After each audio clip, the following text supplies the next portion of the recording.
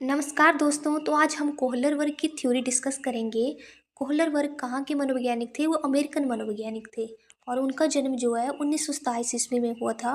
उन्होंने दी थी moral development की थ्योरी, जिसे हम हिंदी में नैतिक विकास का सिद्धांत बोलते हैं। और जो उन्होंने थ्योरी दी थी उसकी स्टेजेस कितनी थी? 6 स्टेजेस थी। और जो स्तर थे उसके, वो 3 स्तर थे। पहला कौन सा था? प्री कन्वेंशनल स्टेज, जो 4 से 10 वर्ष तक थी। और दूसरी स्टेज थी कन्वेंशनल स्टेज, जिसे हम परंपरागत अवस्था बोलते हैं, वो 10 से 13 वर्ष। और तीसरी थी पोस्ट कन्वेंशनल स्टेज, जो 13 से ऊपर के बच्चों के लिए। और इन्होंने जो अपना प्रयोग 10 से 16 वर्ष के बालकों के ऊपर किया था उन्होंने। और इन्होंने सिर्फ लड़कों के ऊपर प्रयोग किया था, जिसकी इनकी बाद में इनकी आलोचना भी की गई। इन्होंने कई डायलामा दिए। डायलामा क्या होता है कि ऐसी सिचुएशन जिसमें दो रास्ते हैं, दोनों पे जो है खतरा है। अगर इस रास्ते पे जाएंगे तो वहाँ भी खतरा है, दूसरे पे जाएंगे तो वहाँ भी खतरा है। तो उस सिचुएशन में सही निर्णय कैसे लेना है, जिसमें उन्होंने सही निर्णय लेने को कहा। ये सारे बच्चे जो है यूएसए के थे। जो इन बच्चों पे जो है एक्सपेरिमेंट किया गया, वो बच्चे कहाँ के थे? यूएसए के थे। और इन्होंने जो क्वेश्चन पूछे, वो सिचुएशन रखी। एक सिचुएशन बच्चों के सामने ये रखी कि एक औरत है, वो बीमार है और उसे मरने का जो समय दे दिया गया है। और डॉक्टर ने कहा है कि उसके पति से अगर उसको बचाया जा सकता है, ये दवा जो है ले लेनी है। और वो दवा जो है पति जाता है लेने केमिस्ट के पास, और केमिस्ट उसकी जो है दवा की 10 गुनी कीमत बढ़ा देता है। तो अब उसके पास ये सिचुएशन है कि वो दवा ले या अपनी पत्नी को जो मरता हुआ देखे। तो दोनों सिचुएशनों में, क्योंकि वो गरीब है, वो दवा भी नहीं ले सकता और अपनी पत्नी को मरता हुआ भी नहीं देख सकता।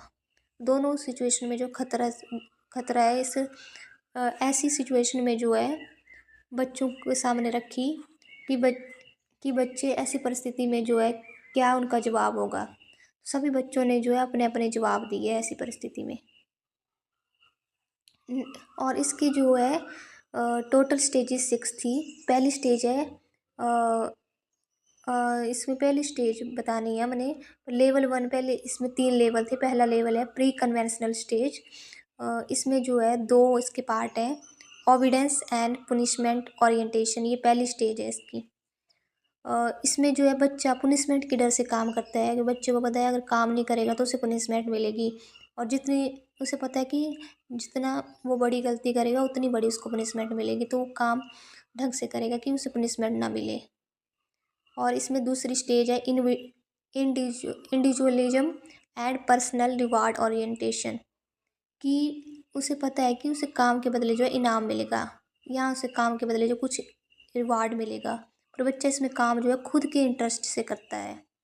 तो प्री कॉन्वेंशनल लेवल में जो है 2 स्टेजेस थी, obedience and punishment orientation and individualization and personal reward orientation. अब नेक्स्ट लेवल था कन्वेंशनल स्टेज। कन्वेंशनल स्टेज में जो है 2 हैं, इंटरपर्सनल रिलेशनशिप एंड लॉ और ऑर्डर। जब बच्चा जो अच्छा काम करेगा तो उसे प्रशंसा मिलेगी। तो बच्चा जो जब प्रशंसा मिलती है तो खुद को और अच्छा करने की कोशिश करता है। और दूसरा ये कि दूसरी ये है इसमें कि लॉ एंड ऑर्डर। बच्चा जो है रूल और रेगुलेशन पर ध्यान देगा और वो ऐसा कार्य नहीं करेगा जिसमें रूल ब्रेक हो।